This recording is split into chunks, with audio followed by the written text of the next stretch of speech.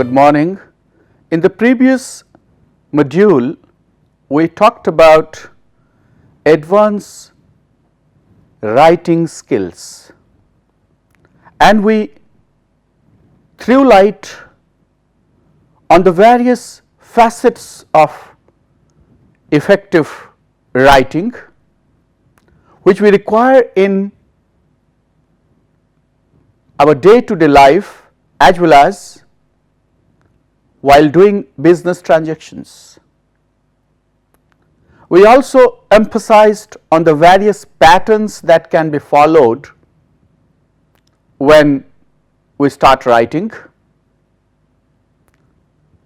We also realized how the background of the recipient or the receiver plays an important role, and how, keeping that into consideration, we can draft our messages carefully. But apart from the patterns, what is of utmost importance is to know the guiding principles behind business writing. The writing that you do with your friends forms a part of your personal writing, but you are to shine forth in the days to come with your excellence in terms of business writing, and hence it becomes quite mandatory to know the various principles that actually guide our business writing. Because when you are writing, you are actually writing for audiences or recipients who are varied. Varied, as I said, in terms of their educational background, their age, sex, taste, faith, culture, beliefs and preferences. But then, in order, knowing well that writing is between a writer and his readers, it is moreover a sort of rapport between the sender, which is a writer, and between the receiver, who is the recipient. Dear friends, there are certain C's very important in terms of business writing. If you remember the 5 C's of business writing, I am quite hopeful that your writing will carry a lot of weight in the days to come, and you will become a force to reckon with in your organization. Now, what are these 5 C's? The first is clarity. I mean, whatever you want to write, it has to be clear. Of course, sometimes you become ambiguous, but as I have been saying, ambiguity may be a quality in terms of literature, in terms of our everyday gossip, but when it comes to writing, especially for business, ambiguity is quite an unwelcome guest. If your messages are ambiguous, no action can be taken further. Hence, you need to be clear. Moreover, when you are writing, you should also believe rather, that you are writing for people. Hence, whatever you write must have a sort of courtesy. I mean, when you are informing, you are passing on information, no doubt. Information may be at times dry, dull, morose, but then if you have, because message has to be conveyed, if you have some concern and courtesy for the person at the receiving end, your messages can be taken seriously. Then comes the consideration. Whenever we are writing, we do not know who the reader will be. Sometimes it will be a young person, sometimes it will be an adult, sometimes it will be a person who is quite ripe in terms of age. So whatever you write may have some effect on them. And of course, you as a careful writer would not like anyone to be hurt because of your writing. Hence, the need for consideration arises, and then comes conciseness. As in the previous lecture, we have talked how conciseness matters. By conciseness, we mean short. By conciseness, we mean our messages has to be brief. But then, at the cost of briefness, let us not try to put a message that becomes more abstruse, that becomes more difficult. Because as I have been repeating time and again, no one sits with a dictionary or a thesaurus while reading your message, while receiving your letter, while reading the report. Hence, you need to be concise. So, when we talk about conciseness, it means be concise as much as you can, but then don't see that you are crossing the limits of specifications. You have to be specific, no doubt, but at the same time, you also have to ensure that your reader or the recipient understand the intention or understands the essence of your message. Then comes cordiality. We shall be throwing more light when we give examples on all these. Actually, many people often forego the fact that when we are dealing in business, we are actually dealing with people. It is not only that you are simply carrying out the business, but then you are also carrying out with people. Hence, the goal of business writing is to express and not to impress. I mean, here I will rather give some emphasis on the difference between expressing and impressing. At times you get impressed by somebody who has dressed beautifully, but then at times you are impressed by somebody who may not have dressed so beautifully, but then the way he or she spoke, that actually impressed you a lot. But remember the fact that when you are dealing in business, your major function is, your major aim is to express. You are to tell people what actually do you want. Because as a boss, you are to give an instruction, and if the instruction itself is not clear, naturally no action will be taken. Likewise, when you are trying to say something and you are actually trying to be very impressive, what you do is you are actually putting lot of words, you are making use of words which are very difficult, but remember that cannot impress. Unless people understand us, how can we be impressed, or how can they be impressed? So the need is to make them understand.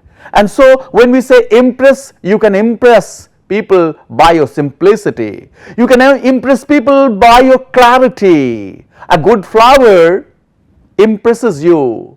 A good flower impresses you because it's so simple, it is not clothed in so many words. Likewise, when you are writing a message, let it be very clear, let the content be very clear. A good writing thus is very important, and it should be clear, concise and plain. What actually do we mean by plain? I mean, dear friends, you come across different sort of words, and at times you also have a fancy for these words. But what use are these words if they are not understood by people for whom you have written it? Hence, it has been watched that unskilled writers, those who are not having a lot of exposure, those who are inexperienced, they often try to create a message or create a content that is foggy, that is actually clouded, that is not clear. So we can say that unskilled writers, they create foggy messages because they have not learned the art to communicate effectively and clearly.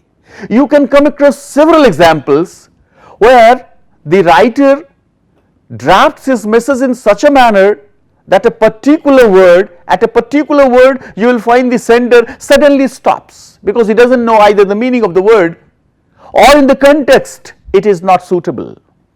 Say for example, if we say employees have not been made sufficiently aware of the potentially adverse consequences involved regarding these chemicals. Now look at this sentence. The sentence actually is not only long, but it actually has used words which are going to tire the mind of the reader. But if you sit with the dictionary and find the meaning of all these words, the essence or the meaning that you will come across is very clear. But for this sort of clarity, audience cannot have the patience, the audience cannot have that much of time. So ambiguous and unclear messages are actually a constraint to your time, to your energy and to your understanding. So the same sentence can be written very clearly if we say, warn your employees about these chemicals. Now this is the essence of this message, but in order to make it very cumbersome, very difficult, they have said employees have not been made sufficiently aware of the potentially adverse consequences involved regarding these chemicals. So has the writer been clear in his purpose of for whom he is writing? Naturally he could have said, warn your employees about these chemicals. Dear friends, when we talk about clarity, it should always be taken into consideration that unclear words should be deleted. You know, as you are going to be experienced in the days to come, you will realize from your own experiences that if another word could have been used in that place, if another sentence could have used in that place, that could perhaps been more forceful, more effective. So it is always advisable that unfamiliar words should be substituted by, should be changed by familiar words. Then only you can have a sort of impression that your reader or your recipient will understand. In order to make it clear, it is not necessary that you have to make it short, and in order to make it short you are going to make it difficult. So it is always better to give examples. Sometimes you may have to use some more words, but it is always better to use some more words than to use less words and be difficult. So the piece of advice here is use words as per their need, and many people do not understand the need. Even if they understand the need, they actually block the reader's thoughts by making it very cumbersome. I mean, you receive a lot of letters, you receive lots of mails, you might receive lots of assignments, but when you look at them you will find they are having a lot of quantity, but then there is no quality. So try to make it qualitative by adding meaning, and in order to add meaning, remember the advice that T.S. Eliot had given.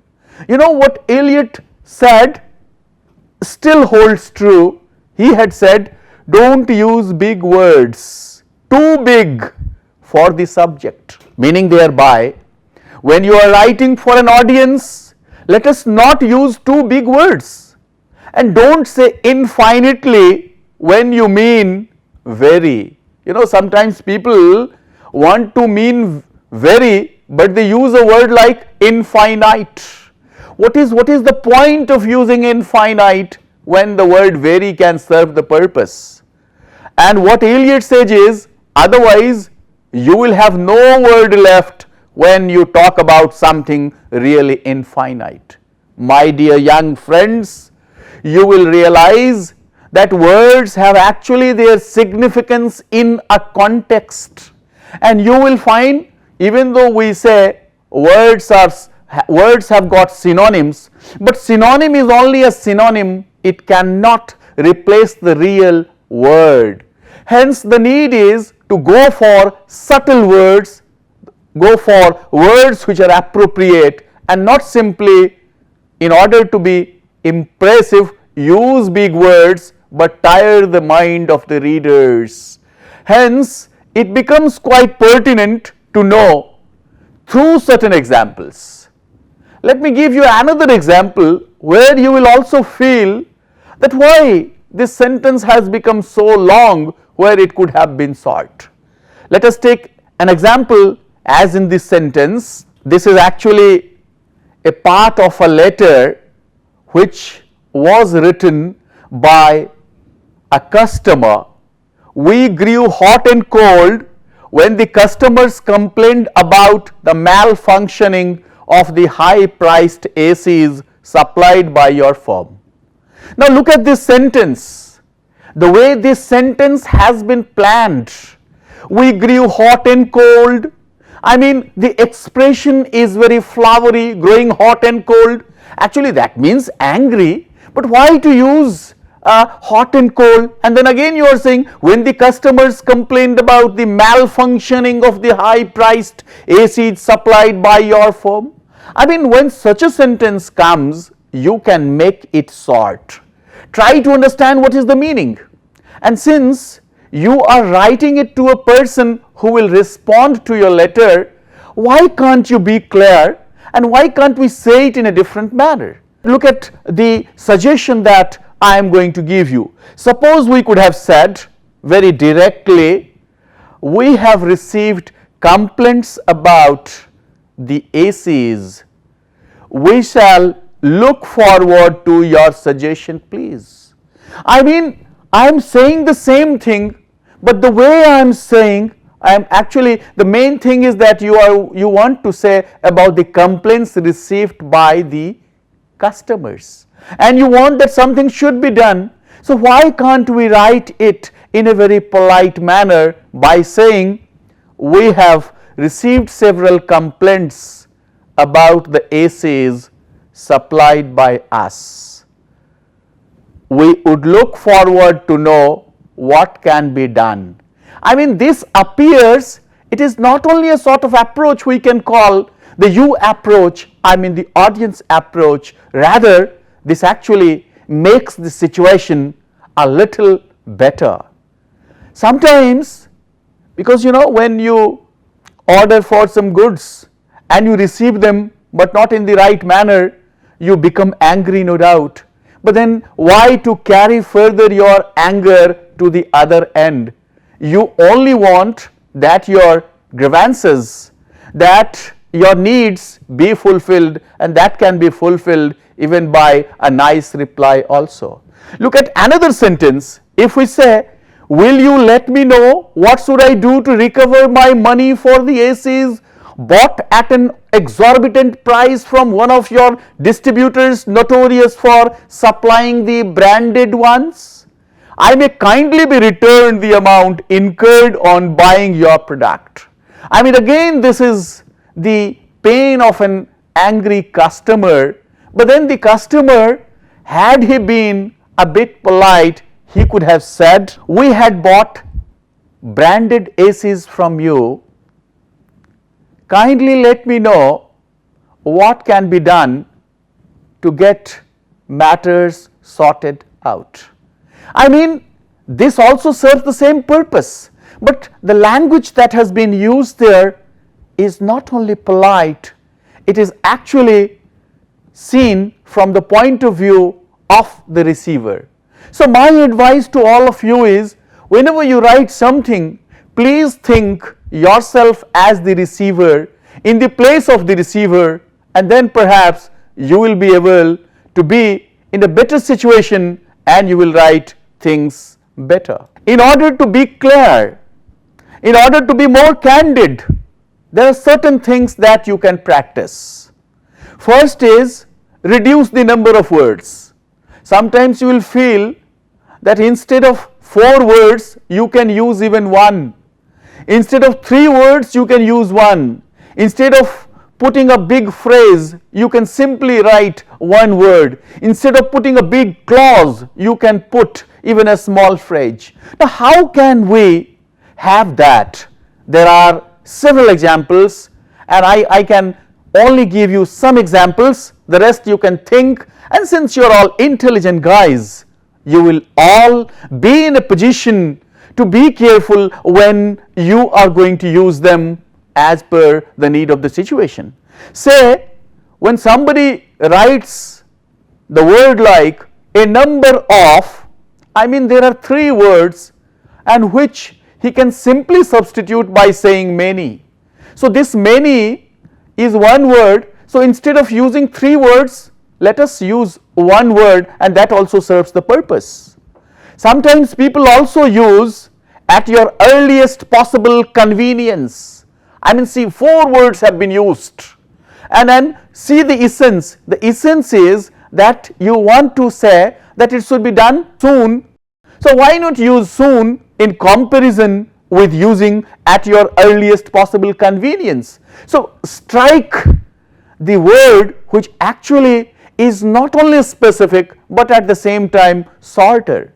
Sometimes we also come across the use of words like fullest possible extent.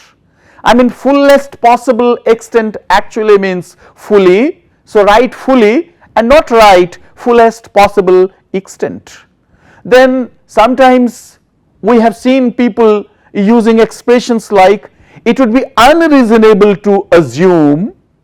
I mean, actually you are assuming, but then you say, you try to be neutral, and then in order to be neutral you actually become so cumbersome that you use it would be unreasonable to assume. Let us say I assume, and that will serve the matter right. Actually, what is of utmost importance is people do not see it from the point of view of the receiver. If they see it from the point of the view of receiver, I think they will start writing simple, plain, effective, and they will also start writing in a very subtle manner.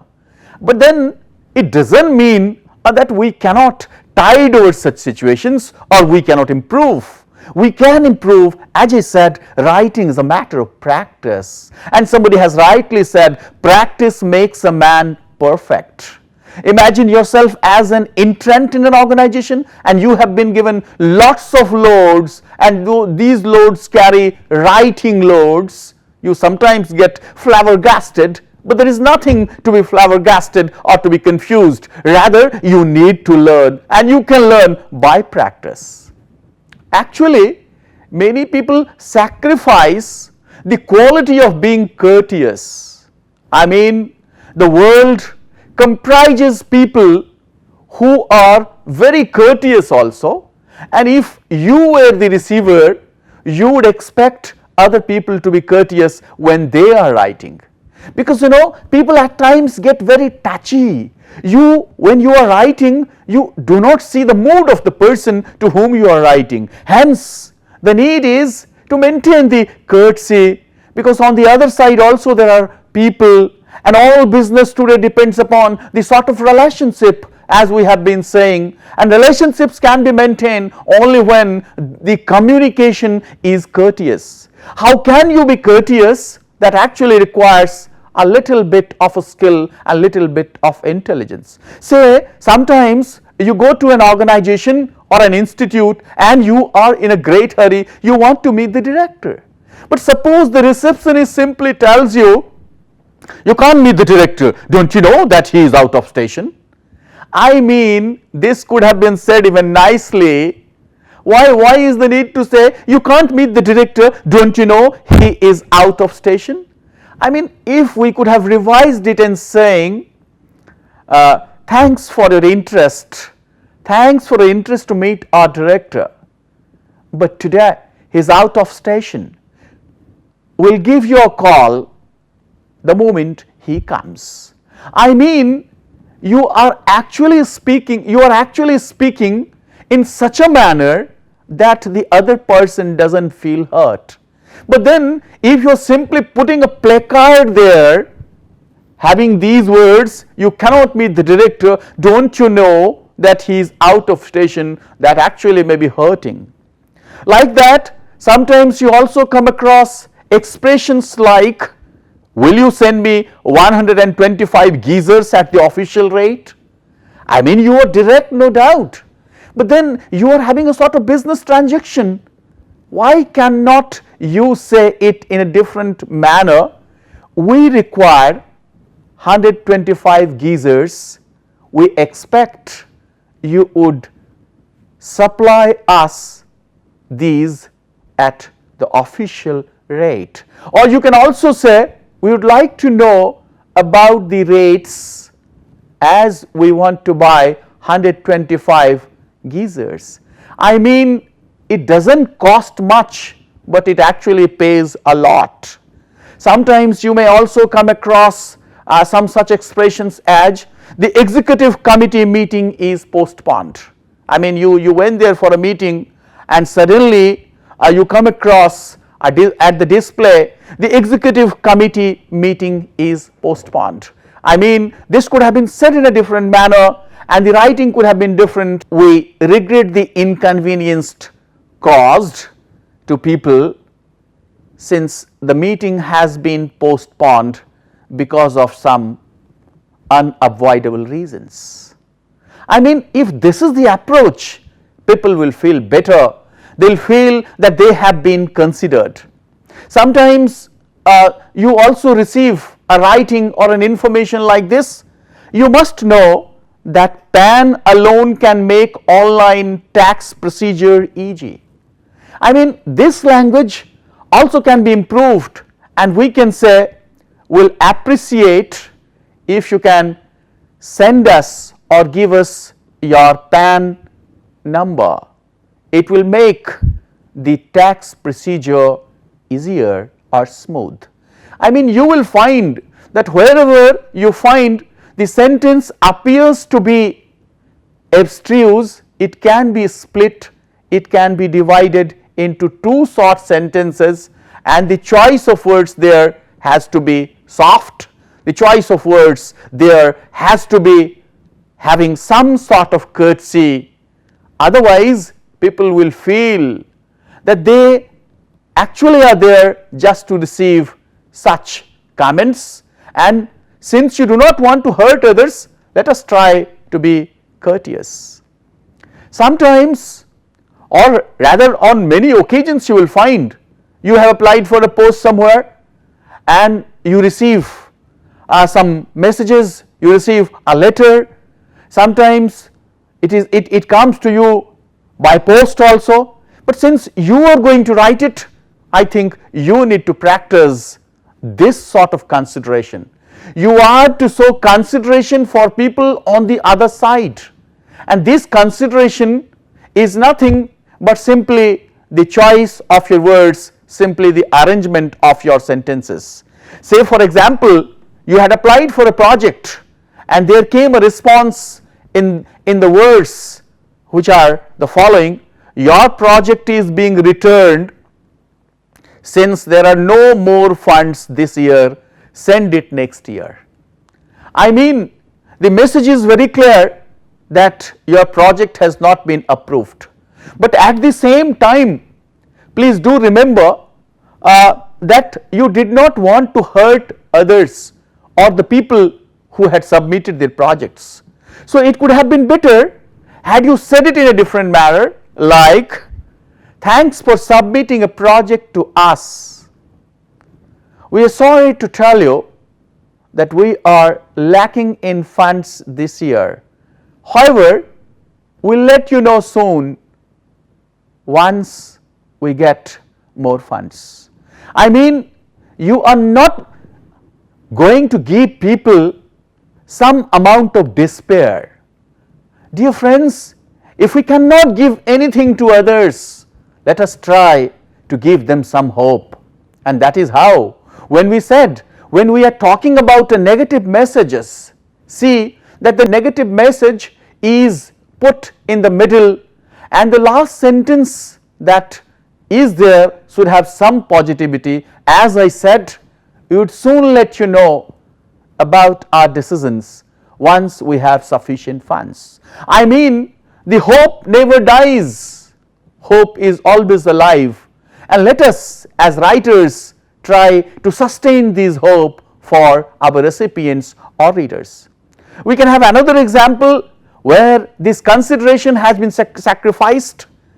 Please explain why you are not making adjustments for the cracks developed in the DVD players bought from your firm last month. I mean, once again you are showing your outburst of emotions and you are showing your anger in a very different manner, but it could have been said, it could have been expressed in a more polite, considerate manner had we said we had bought DVD players from you. Of late it has developed some cracks. Would like to know how it can be adjusted. We'd like to know the adjustments. I mean, here you will find that even though you have split the sentence, but the approach is you, the approach is considerate, and we are actually trying for such a sort of consideration. I mean, business transactions, as I have been repeating, whatever form be it, either in the form of complaint or in the form of grievance or in the form of reply, let us see that we show our consideration, we show our admiration for the recipient, and once this is done, I mean, business transactions will become smooth. We have also to see as a writer that our message is concise. As I said earlier, conciseness actually means being brief, being short. So, in order to ensure conciseness, what should we do? Let us try to remove the flabby phrases. Sometimes you will find if you have a revision, as I said, when you are writing, the last task in the revision, last task in the writing is revision before finally your writing is sent further. So when you are revising, see to it that can we delete a particular clause or a particular word or a particular phrase in order to be more effective or in order to be more concise. Sometimes you will find that there are some words which actually appear there as burdensome. They are not adding to the meaning, rather they are blocking the meaning. We call them needless repetitions or redundant expressions. Such needless expressions and needless repetitions can be sacrificed in order to be concise. Dear friends, all of you have been hearing since your childhood, your teachers might have been saying, brevity is the soul of wit. But how to be brief? In order to be brief, you actually have to kick sometimes excessive noun habit, sometimes excessive pompous words, and sometimes lengthy expressions. Suppose, let us take a very simple example. If I say, there are three things I want you to do. It's a very simple sentence. All the words are, having clear meaning. But even this sentence can be made shorter. We can always say, I want you to do three things. I mean, what did it cost? It didn't cost much. Rather, it simply sacrificed certain words which were not useful, which were rather a sort of burden. Sometimes you will find that this unnecessary burdening of words makes sentences trite and they actually make meanings choked. Say for example, if I say improper verification procedure in quality control division has brought a sea of complaints from our customers and hence needs an investigation without any loss of time. You see, the sentence appears beautiful, but yet the sentence is a burden for the readers. I mean, we can simply say we have received complaints from quality control division, an investigation is needed.